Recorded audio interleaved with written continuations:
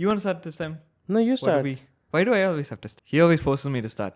One day we will all vote. Us 5 in this room will vote. Five. There's no one else who in the has to- room. yeah, there's Just no- the two of us. Yeah, there isn't anyone operating the Camera's running camera by or sound. itself. Okay. Hey everyone, welcome to Filmfaffing No, I with can Sid. start. Hey everyone, welcome to Filmfaffing with Sid Aarya. These are just opinions, so don't get offended, please. Oh, switch on your mic.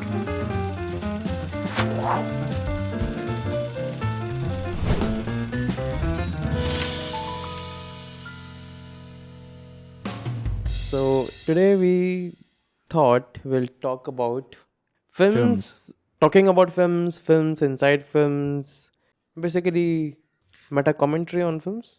Yeah, meta. Yeah, How meta filmmaking is, and also because we are excited about Fabelmans coming to India, we are intrigued by this idea. A filmmaker making a film about his journey of becoming a filmmaker. That's interesting, right? Yeah, and the thing is that one thing that people should be aware of is that all the characters in the Fabelmans are Real have people. fictional names, but are based on real people, and the kid who is explored in the film is based on the film's director, Steven Spielberg. So it is Yeah. very meta in that way. Yeah. Yeah, So. and that has gotten also a lot of awards. Fabelmans. Yeah, and so Yeah. I think when it comes from that personal space, when it's so true to you, it has that emotional core which connects with people. And we're going to talk about other films which kind of are very similar to Fabelmans, like that Yeah. that explore the theme of meta filmmaking.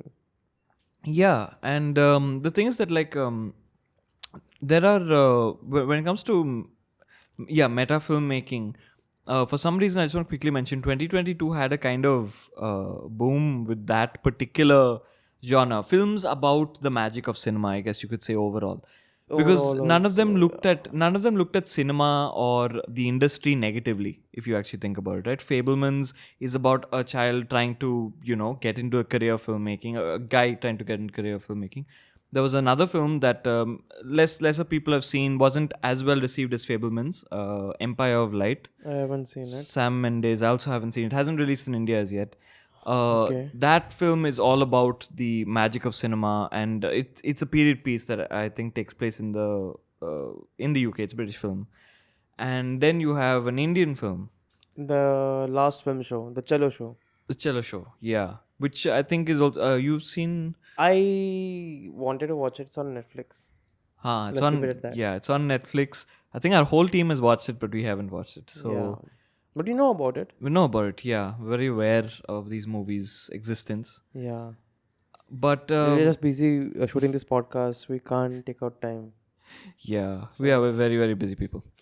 But at On Black, we have a lot of projects. That's the truth. That's really the truth. Yeah. But So okay. we'll be talking about these kind of films which talk about films or filmmakers or actors. But yeah, films in films.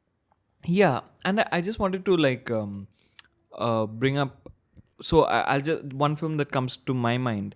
I love films in this genre, but one film that I felt did it better than any of the others that I've seen personally is a movie from 1994 called Ed Wood. It was a Tim Burton movie. It is a Tim Burton movie, and it stars obviously Johnny Depp, because back then Tim Burton would only go to Johnny Depp. And the film is based on an old 1950s filmmaker who tried to get into Hollywood. He would also do a lot of these small gigs in ads and music videos and whatnot, until finally he got enough connections to crew connections to make his own movie. He made 3 feature films. All 3 of them are considered the worst films ever made, which is sad, because he got to do what he wanted to do, but at the same time everyone looks at it and laughs. What is one of your favorites in this kind of? I don't know. One film which I watched when I was a teenager was Cinema Paradiso. It's an Italian film. It's about again like a kid growing up in this small town in Italy. Okay. There's one theater in the locality, and there's an old man who is a projectionist there, who's a caretaker of that place, and he goes there, like he's so in love with cinema, this kid, that he develops this bond with this old man. And this film, I think, it's one of the best films out of Italy. I've heard of it. Yeah, I've heard of it Yeah. quite highly. Yeah. So yeah, that one film I really loved. Apart from that, there's a show on HBO. In India, it's on Hotstar. It's called Feud. Feud. Yeah, yeah. So, so it's about these two actresses who are above 50, and they're losing their place to younger actresses. And one of the actresses, like it's a two heroine film, something like that, and has, like, those elements of, it's actually based on a true incident. That's what they say. And yeah, like I really like that show. Also, I should check it out. Up, yeah. The by any chance is this a show that stars Susan Sarandon? Yeah, yeah, yeah. She's Okay, I know playing what you're talking about. Betty. I forgot the name of the characters that these people are playing. Wait, Oh, but they are like Betty and Joan, or June, Betty and June, yeah, something like that. I've heard, yeah, I've heard a lot of good things about this. This is basically, I think, like a period piece about two actresses, as you said, right? yeah, yeah. So, so this one stands out to you in like what sense, or like you? No, like I just like kind of films or shows which show the, like, what happens behind the scenes. Because for me, Okay. growing up, like again, not in Mumbai, in a smaller town, the idea, like I didn't even know that directors or anyone behind the camera existed. For me, the actor is the maker. Mm-hmm. Like when I was 4 or 5 years old, like this image in my mind that, Okay, okay, very actor young. is, yeah, very young. Oh. Like my introduction to cinema was that, and I was like, okay, what I'm seeing on screen is what is happening. For me, it was that simplistic. And then as I was growing up, I realized that, okay, there's directors behind films, there's DOPs, there's a whole crew.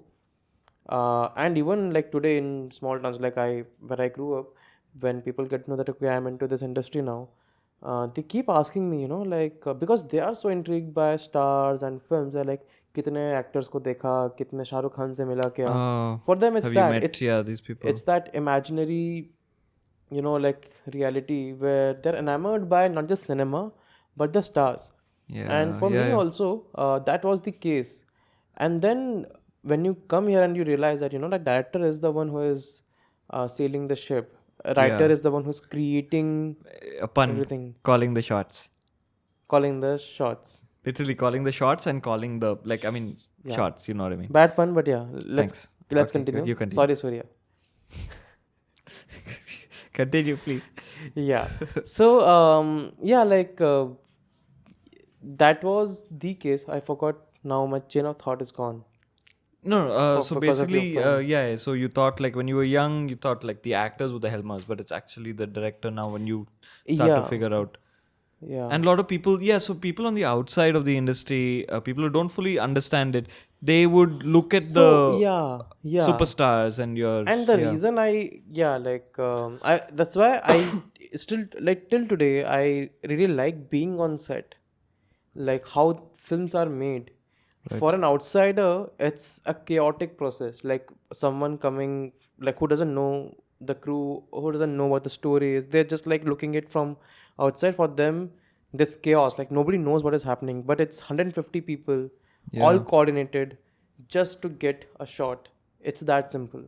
There's so much prep that goes behind it. There's so much happening on set. Yeah. There's a beauty in that chaos, and I really like films that show that, like how everyone is working in coordination, and like on set it's just execution, Yeah. but the story behind it, like what is happening in the preparation stage, that's interesting. So and again, like every film has a story behind it.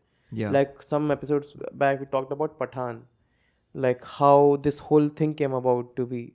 Like the director was saying in an interview that after war he wanted to make another spy film, and when he got to know that Shah Rukh Khan is trying to make a comeback, like he's going to make a comeback, he went to the producer with a script, and the producer said that this can be war too, and Huh. he was very specific that no, like this has to be Pathan, this has to be Shah Rukh.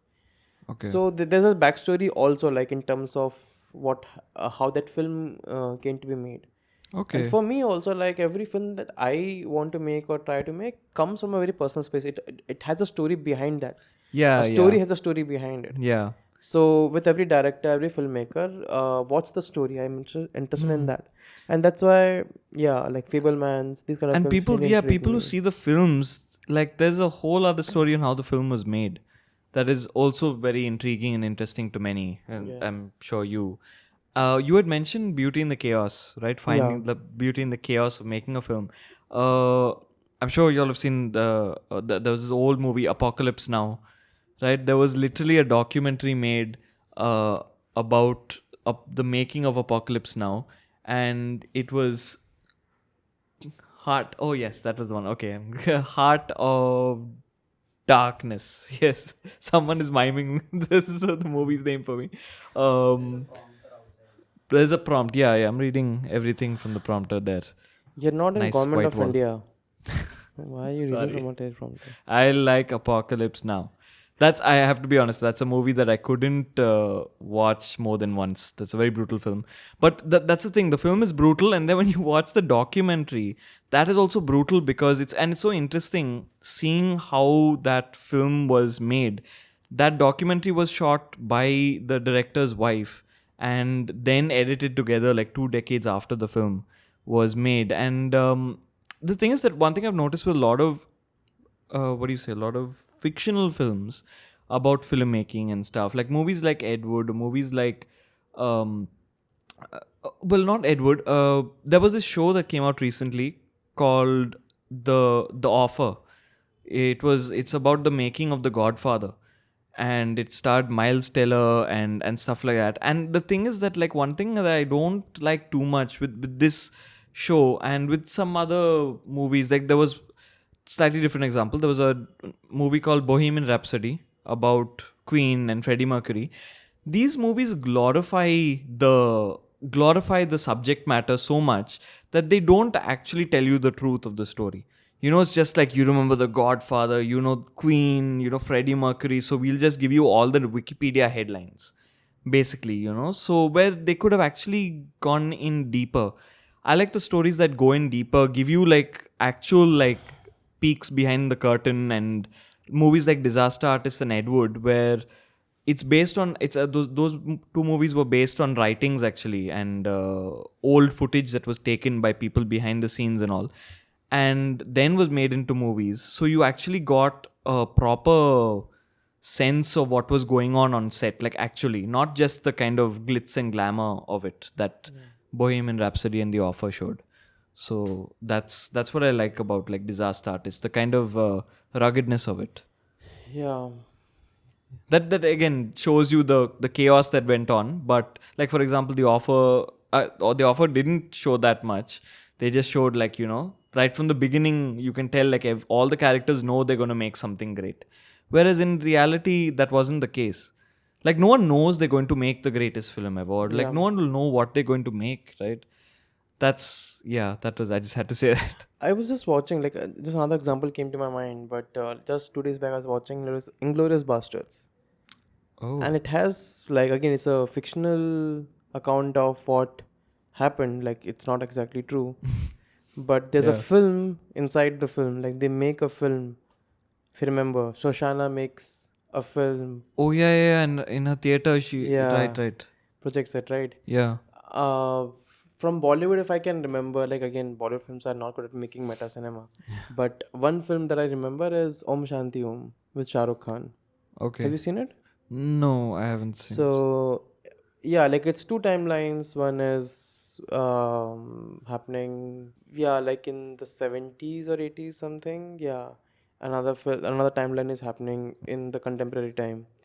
So it also talks about magic of cinema. Like the character is a is an extra. Like he Okay. works as an extra on sets, and then he becomes a superstar in like when he takes birth again, when he's reborn. Oh, But okay, yeah, okay. that film made a lot of money, and it was a decent film, a good film. Like when I watched it at that time, it appealed to me. When was the But last time you watched it? Om Shanti Om. No, I haven't watched it again after the first time I watched it. Oh, okay. It's not that great, also. Oh, okay. You don't Just want my to. childhood Okay. memories and some few examples that I can remember of. Another example, which is a classic film, which I don't think many people have watched it because it kind of didn't work when it came out back in 1950s, I think. And it's from one of my favorite Hindi filmmakers from 60s and 70s who kind of killed himself. His name is Guru Dutt. It's called Kagas Ke Phool. You might have heard of it. The movie I haven't, It's but Guru about Datta. making of films. The Kagas Ke Phool is a film about making films. Oh, So Guru Dutt was the writer, director, actor, everything, and he has made some great films. Like he's made Pyasa. I don't know if you've heard of this film. yes, I've He's heard made of. very few films, but yeah, he's a legend. And you'd recommend these like Of movies, I course, can like say. these Okay. films. So in Hindi cinema also, 50s and 60s, like the films that came out at that time, they were great. I heard the 50s was a big like There was a kind of slump golden post. age. I think from 80s and early 90s, there was a slump. Okay. But 50s and 60s, those films like again Satyajit Ray films, Yeah, yeah, then yeah. Guru Dutt, then after that in 60s and 70s, Rishikesh Mukherjee, Hmm. Basu Chatterjee, like these are like still popular cinema. But Guru Dutt made great films. So this Okay. Kagas Ki Phool is one of the greatest films from Indian cinema. Wow. So, I I gotta check that movie out. The thing is that one thing I just wanted to like bring up is like there is like, so the movies that we've been talking about are films about the making of a film and stuff, right?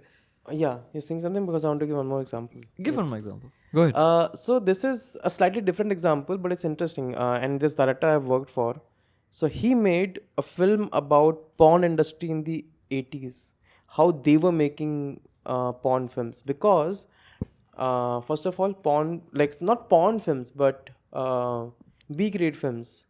So these Okay. films used Yeah. to have a story. These films used to have characters, actors, and then like filmmakers like Kanti Shah and these horror film directors, Huh. they would like they were semi-pornographic films Oh, okay. I know what you meant. and Erotic in nature, erotic but in nature, but they yeah. were horror films also. Oh, Ramsey Brothers and all. okay. So this film came out in 2012. It's called Miss Lovely, and yeah, it's about these brothers, Duggal brothers. In the film they are, and one brother makes the films, he produces the films, other brother is sent to distribute the films. Okay. And it's an interesting film. It released in Cannes in 2012. So that year, two films of Nawazuddin Siddiqui Huh. released, premiered at Cannes. One was, Oh, gangs and the of other one was Wasseypur. this, Oh, wait. This other movie. What was the name of it Miss again? Lovely. Miss Lovely. Is this a documentary or? I mean, it's not a. It's No, no, like a. it's a fictional film. It's a fictional. So the thing is, he Okay. tried to make a documentary because the writer's first film was a documentary, Huh. but nobody would come out and like speak about like these be great films. So then he had to make a fictional film out of it. Okay. Because they were all like again, because it was banned, so they would shoot in hotel rooms, they would create a set inside closed spaces, like they would create jungles inside closed spaces. Like in that way it's a fascinating film, like what you get to Yeah. know out of it. It's a small budget film, but again, like the visuals are Working amazing. with constraints. Working with constraints, working with like it's kind of banned or whatever, like it's unlawful, breaking the law basically.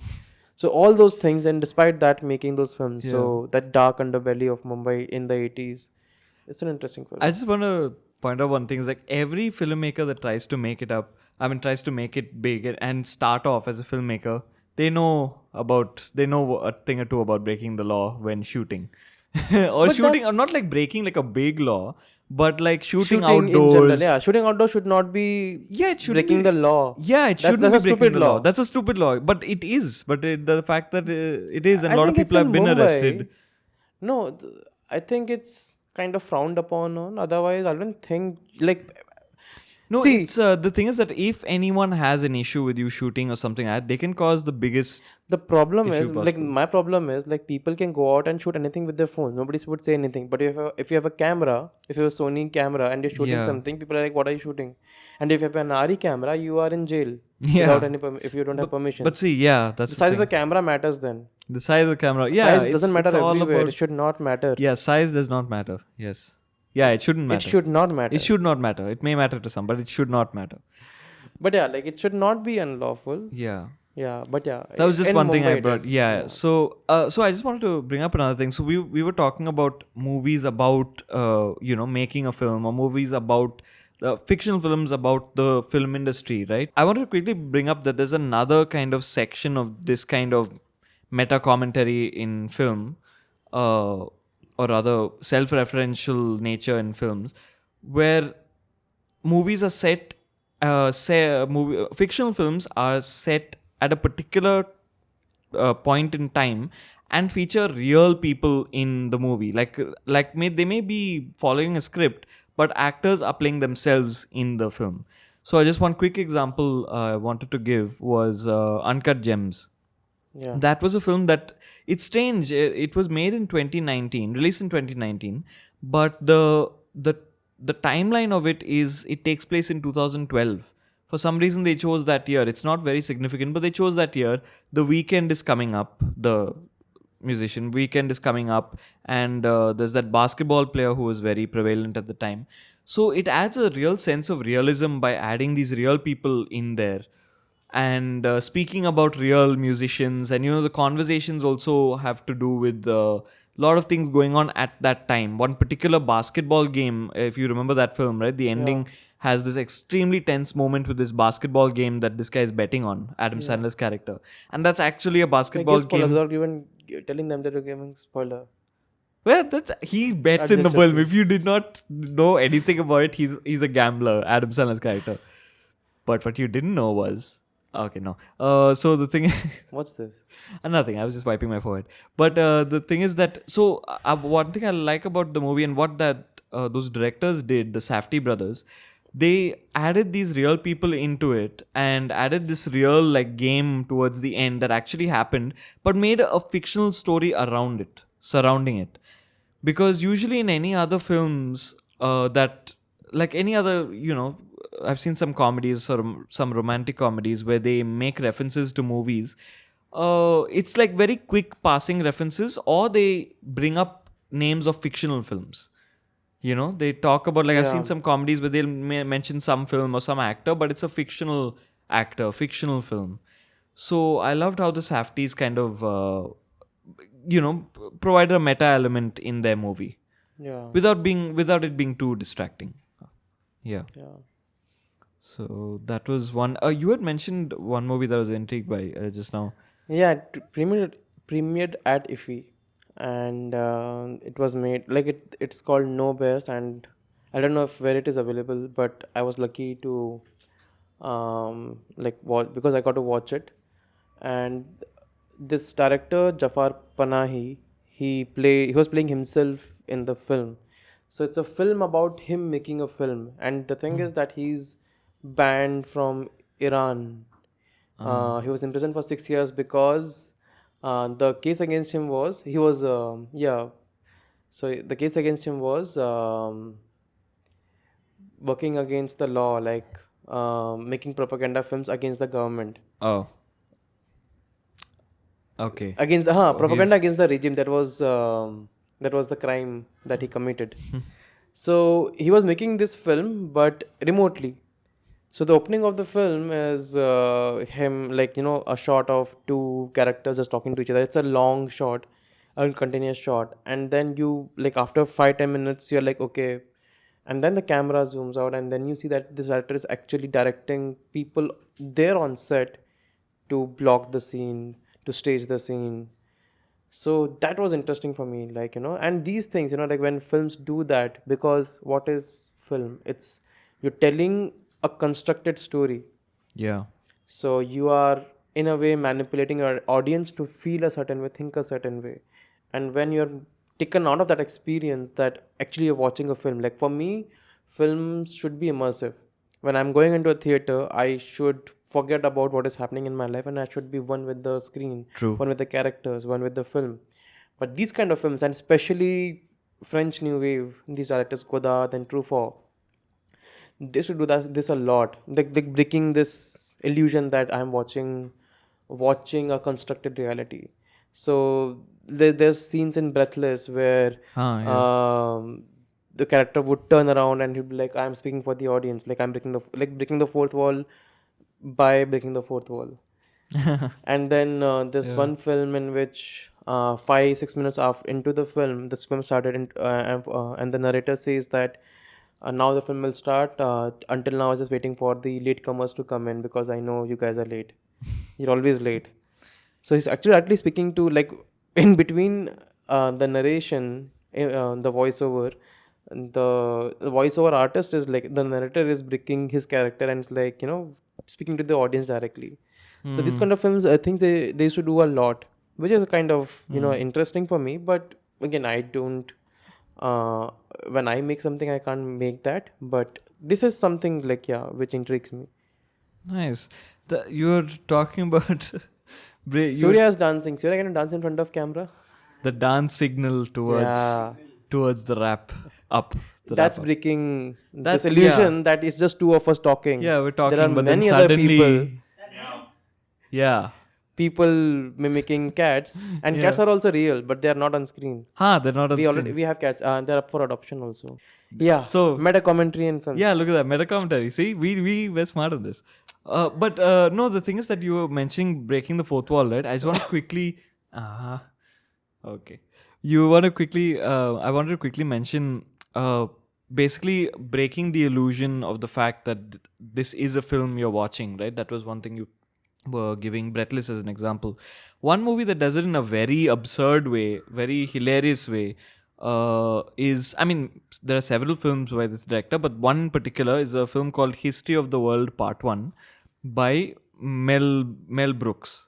This is he's Mel Brooks is basically the guy who invented spoof films, parody films, and he did it back in the 70s. And so he did a film called History of the World Part 1, and this is like, tracing literally the history of the world and certain, in certain places, the reign of the Roman Empire and stuff like that, and certain other and some biblical stories as well. And he is what do you say?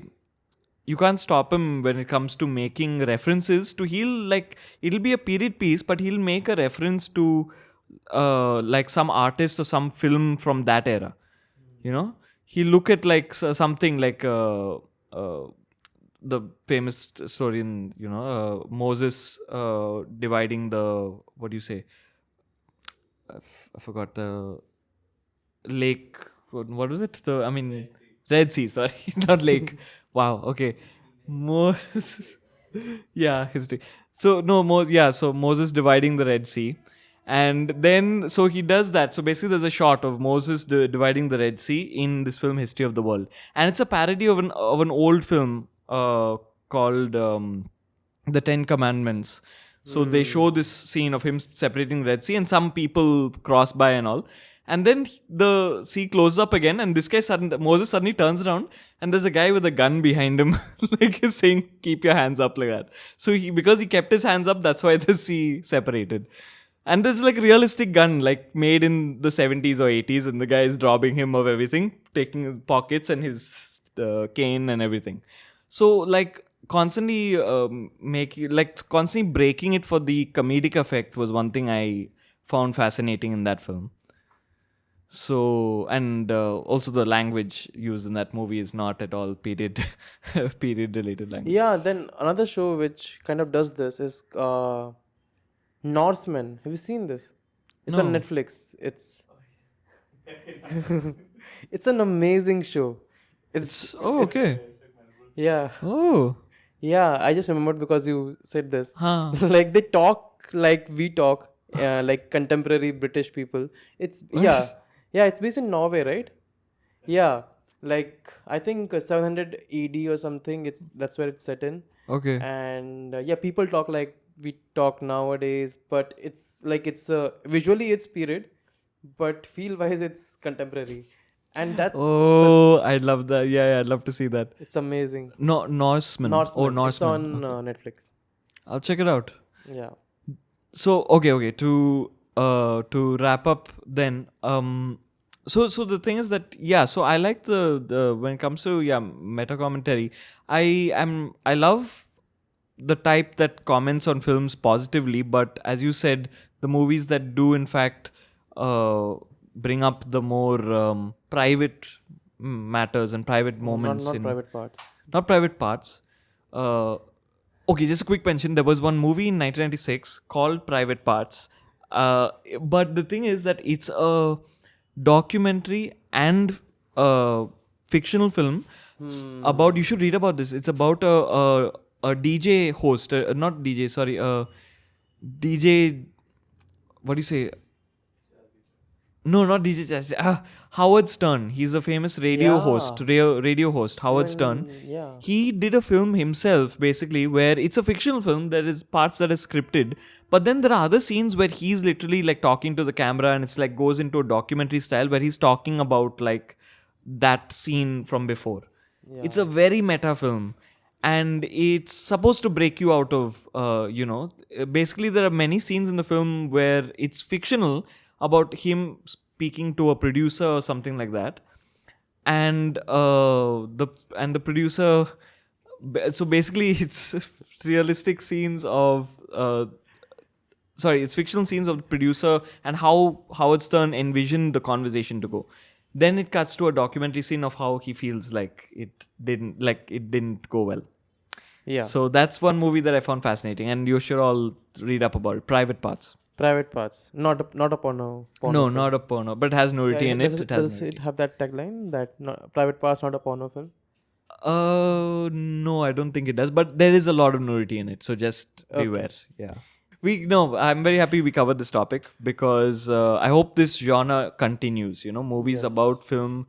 This is the year of that, anyways. Like like I hope it's not just this year and then we won't see, films, because films about films are fascinating when they tackle both the positive and the negative, just show the real story behind it. But Yeah. people try to make an entertaining story or glorify what they're talking about. That should not. That be should not, yeah. And the same with biopics also. Yes. Show the same human behind it, not the Not the glorified person. not the event, but show the person. Yeah. Yep, that's a word. Yeah. I'll do the outro. Please. So thanks, guys. Bye. Damn it. It's spilled water. That's very nice. Okay, bye.